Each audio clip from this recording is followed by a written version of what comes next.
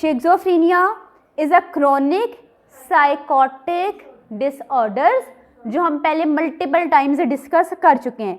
इसमें इम्पेयर क्या होगा, किसकी इम्पेयरमेंट होगी, कौन सा डिसफंक्शन होगा, ब्रेन का, सीएनएस का, थिंकिंग का, इमोशन का, बिहेवियर का। क्लियर? यानी कि इस कदर इफेक्ट हो जाएगा that the person will be unable to take care of himself.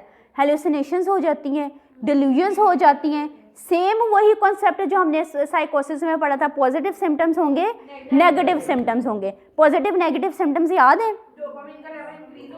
Positive symptoms में डोपामिन का लेवल इंक्रीज था, नेगेटिव में डोपामिन का लेवल डिक्रीज था। फिर पर्टिकुलर हम लोगों ने इसके अंदर सिम्टम्स भी डिस्कस किए थे। एक दफ़ा इसको हल्का सा रिवाइज कर लेंगे, डिटेल में नहीं जाएंगे। अच्छा जी, अब टाइप्स ऑफ शिज़ोफ्रेनिया कितनी है भैया आपके पास? शिज़ोफ्रेनिया की टोटल कितनी टाइप्स हैं? There are 5 types. There are 5 types of schizophrenia. पहली टाइप का नाम है catatonic, then you have disorganised, paranoid. Paranoid का मतलब होता है सस्पिशियस, ठीक है। पैरानॉइड के बाद residual, then you have the undifferentiated. Okay, paranoid है, उसके बाद रेजिडुअल है, रेजिडुअल के बाद आपके पास अनडिफरेंशिएटेड है, ठीक है। कैटाटोनिक में आपका जो पर्टिकुलर इंडिविजुअल है ना, वो एक्सट्रीम की तरफ जाता है। या तो एक बहुत एग्जैजरेटेड किस्म का कोई रिस्पॉन्स आता है, या तो रिस्पॉन्स कोई आता ही नहीं है। अब इस चीज़ को हम लोग लिखेंगे कैसे? अपने नोट्स खोलो, लिखा हुआ है द पेशेंट में फ्लक्चुएट बिटवीन 2 एक्सट्रीमिटीज। यहाँ बिल्कुल खामोश हो जाएगा, ठीक है, बिल्कुल खामोश हो जाएगा, silent and withdrawn, may be loud and shout. 2 extremities आ गई ना, या तो खामोश है, बोल ही नहीं रहा, या तो चीख रहा है, ठीक है। 2 एक्सट्रीमिटीज में आ गई, फ्लक्चुएट कर रहा है between 2 extremities, silent and withdrawn और loud and shout.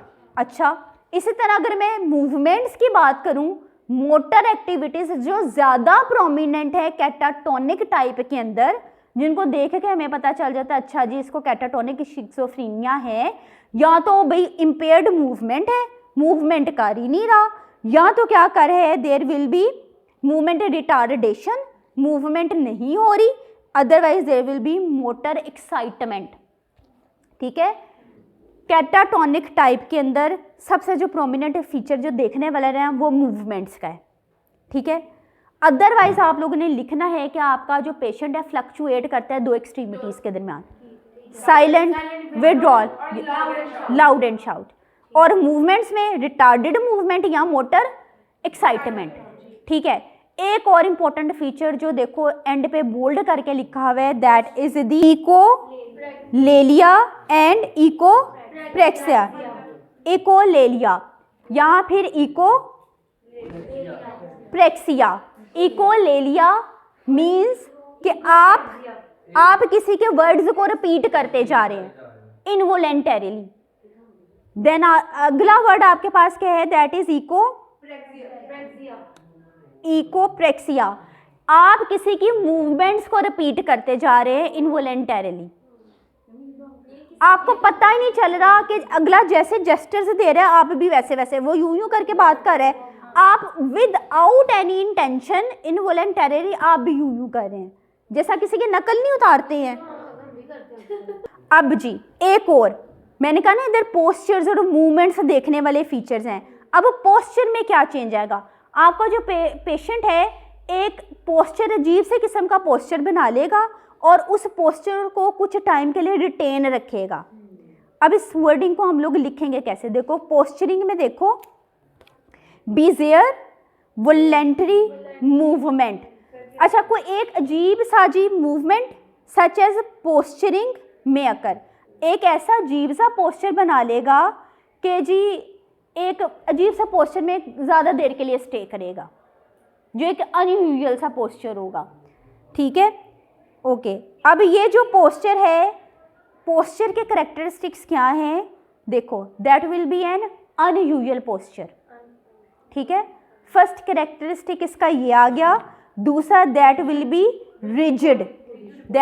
Rigid body positioning, और पोस्चर भी ऐसा होगा कि अगर आप उस बंदे को उस पोस्चर से हिलाना चाहो तो उसने अपने आप को इतना रिजिड रखा है कि आप उसको उस पोस्चर से हिला नहीं सकते। और हम कहते हैं ये वॉलंटरली करता है वो, ठीक है। लेकिन जो रेपिटेशन ऑफ वर्ड्स हैं, repeating the gestures of the other, that is involuntary, ठीक है।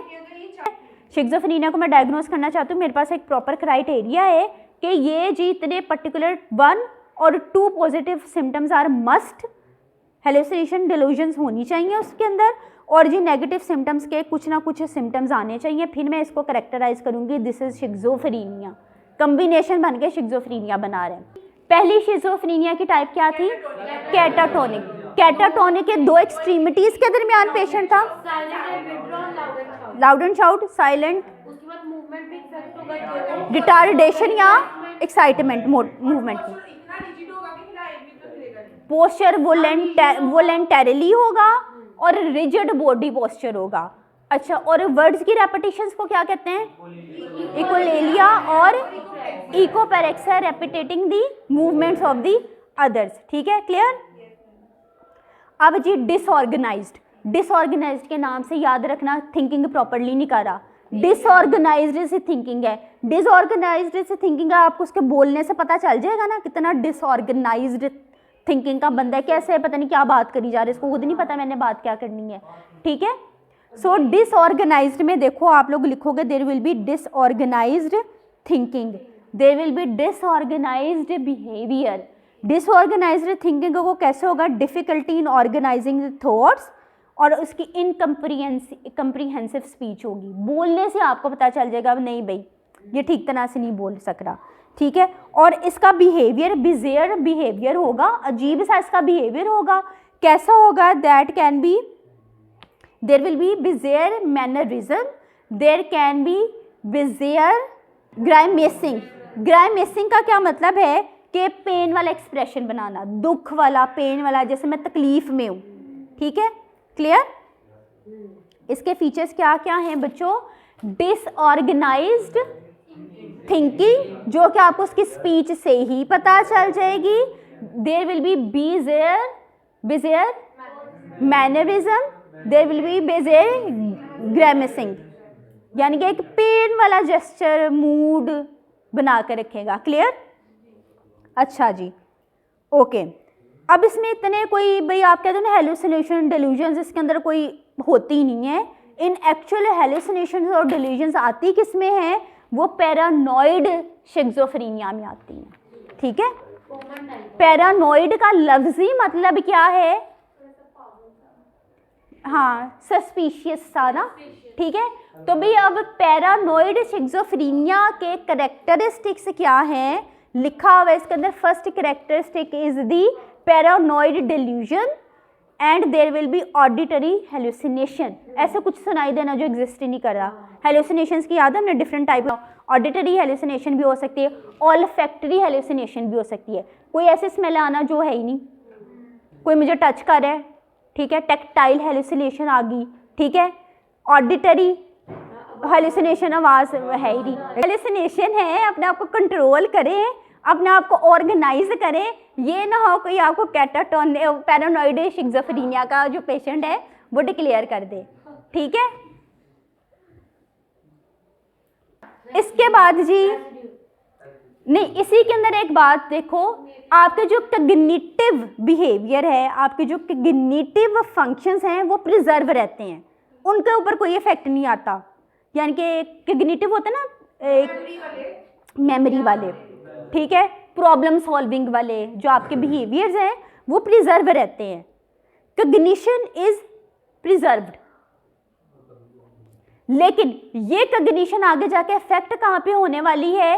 रेजिडुअल शिज़ोफ्रेनिया के अंदर। रेजिडुअल लफ्ज ऐसा एकदम बचा कुचा। अच्छा, अब इस बचे कुचे के कैरेक्टरिस्टिक्स क्या है? देखो बच्चों, there will be only some features of schizophrenia. Schizophrenia के कुछ फीचर्स होंगे। अच्छा जी, कॉग्निटिव फंक्शन इम्पेयर हो गया, ठीक है, कॉग्निटिव फंक्शन इम्पेयर हो जाएगा। हेलुसिनेशन और डिल्यूजन इतनी एग्जैजरेटेड लेवल पे नहीं होगी, बट होगी, क्लियर। रेजिडल, बच्चे कुछ सिम्टम्स आ रहे हैं ना इसके अंदर, ओके मोस्टली, लेकिन इसके अंदर हम लोग ये कहते हैं कि पॉजिटिव सिम्टम्स या तो कम है या तो हैं ही नहीं। पॉजिटिव सिम्टम्स की एग्जांपल क्या है, डिल्यूजन और हेलुसिनेशन, लेकिन नेगेटिव सिम्टम्स इसके अंदर आते हैं। नेगेटिव सिम्टम्स के आपने एग्जांपल्स कौन कौन से स्टडी किए थे इसके अंदर, सोशल विड्रॉल, ब्लंट इफेक्ट क्या था, नो ब्लंट इफेक्ट क्या था, नो ब्लंट कहते हैं ब्लैंक, ब्लंट होके बैठा हुआ है, कोई एक्सप्रेशन ही नहीं दे रहा, कोई एक्सप्रेशन से शो ही नहीं कर रहा, ठीक है। नेगेटिव सिम्टम्स है ना। अब जी मैंने रेजिडल, बच्चे कुछ सिम्टम्स आ गए, कॉग्निटिव इम्पेयरमेंट हो गई, ठीक है। पॉजिटिव सिम्टम्स या तो है ही नहीं या तो कम है, लेकिन नेगेटिव सिम्टम्स हैं। नेगेटिव सिम्टम्स की ढेर सारी एग्जांपल्स हमने पहले पढ़ी थी, 3 इधर फिलहाल नोट्स में लिखे हैं, that is the social withdrawal, blunt affect and there will be cognitive impairment. ये प्रेजिस्ट करती है। क्या कॉग्निटिव इम्पेयरमेंट पैरानोइड शिज़ोफ्रेनिया में होती है? उसमें प्रिजर्व रहती है। फिर उसमें क्या होता है, पैरानोइड में क्या होता है, डिल्यूजन्स और हेलुसिनेशंस होती हैं। पहली टाइप कौन सी थी, कैटाटोनिक। कैटाटोनिक में 2 एक्सट्रीमिटीज में था patient, loud and shout, motor impairment, posture खराब है, मूवमेंट को आता है। दूसरी टाइप वाज डिसऑर्गेनाइज्ड थिंकिंग, ठीक है जी। तीसरा पैरानोइड, डेंजरस है जो पैरानोइड। पैरानोइड में क्या था, हेलुसिनेशन, डिल्यूजन्स, वो प्रिजर्व थे, कॉग्निटिव फंक्शन प्रिजर्व थे। चौथी वाज रेजिडुअल, बच्चे कुछ ऐसे कोई सिम्टम्स हैं, पॉजिटिव है या तो है ही नहीं या तो कम है, नेगेटिव सिम्टम्स हैं जिसमें कॉग्निशन आती है नेगेटिव सिम्टम्स में, ठीक है।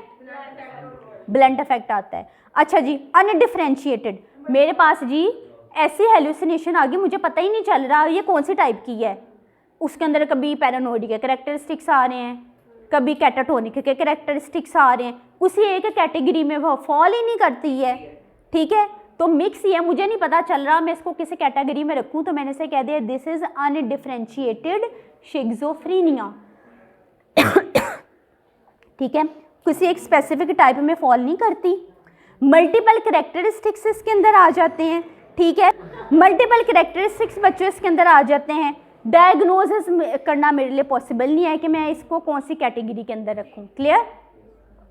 सिर्फ अपनी रिवीजन के लिए मुझे पिक्चर से देख के बताओ पॉजिटिव सिम्टम्स कौन कौन से हैं, क्योंकि सिनेरियो में ये डिस्कस करने वाले हैं।